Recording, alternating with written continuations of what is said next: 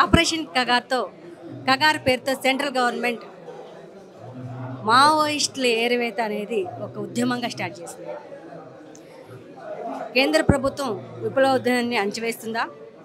మనతో పాటు CPML mass line Prabhakar గారు ఉన్నారు. వారి మాటలు అడిగి తెలుసుకుందాం. సార్ చెప్పండి, కేంద్ర ప్రభుత్వం విప్లవోద్యమాన్ని అణచివేయాలని చూస్తుంది, అది సాధ్యమే అంటారు? ప్రధానంగా విప్లవోద్యమం అనేది దోపిడీని వ్యతిరేకిస్తూ దోపిడీని సమూలంగా మార్చేందుకోసమే విప్లవోద్యమం మొదలవుతుంది. ఇక్కడ ఏదైతే పీపుల్స్ వార్ పార్టీ ఇలా మావోయిస్టు పార్టీగా మారిన తర్వాత ఈ దేశంలో మౌలిక సమస్యలన్నింటినీ కూడా పరిష్కారానికి ఒక మార్గాన్ని ఎంచుకున్నారు.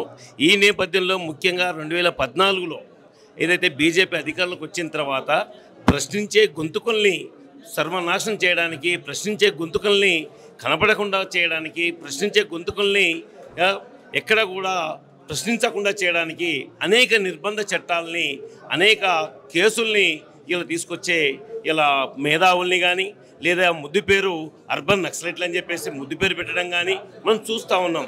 ఈ నేపథ్యంలో ప్రధానంగా ఈ ఏదైతే మావోయిస్టులని ఇవాళ ఒక టార్గెట్ ఎందుకు చేసుకున్నారు అనేది చూసుకుంటే దీని రాజకీయ నేపథ్యం ఉంది.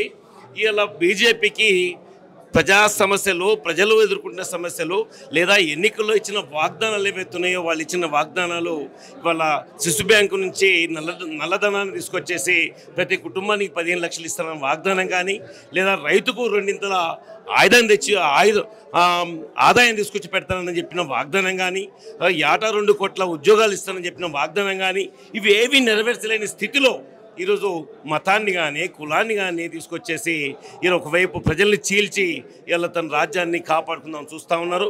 ఈ నేపథ్యంలో ఇంకొక ఈ పాలకులకు, ముఖ్యంగా బీజేపీ మతోన్మాద పాలకులకు అడవిలో ఉన్న ఖనిజ సంపద పైన కనుబడింది.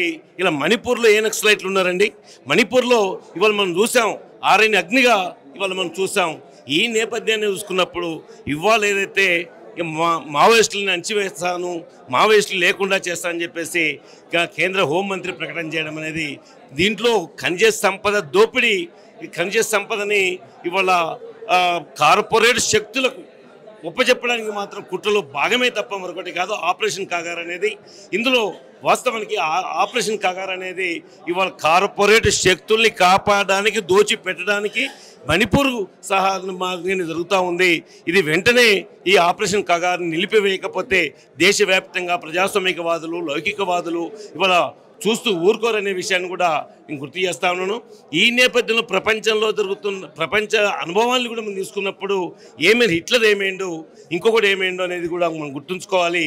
అది ఇలా మోడీకి కూడా అలాంటి గతే పడుతుంది అని చేసి హెచ్చరిస్తూ ఉన్నాం.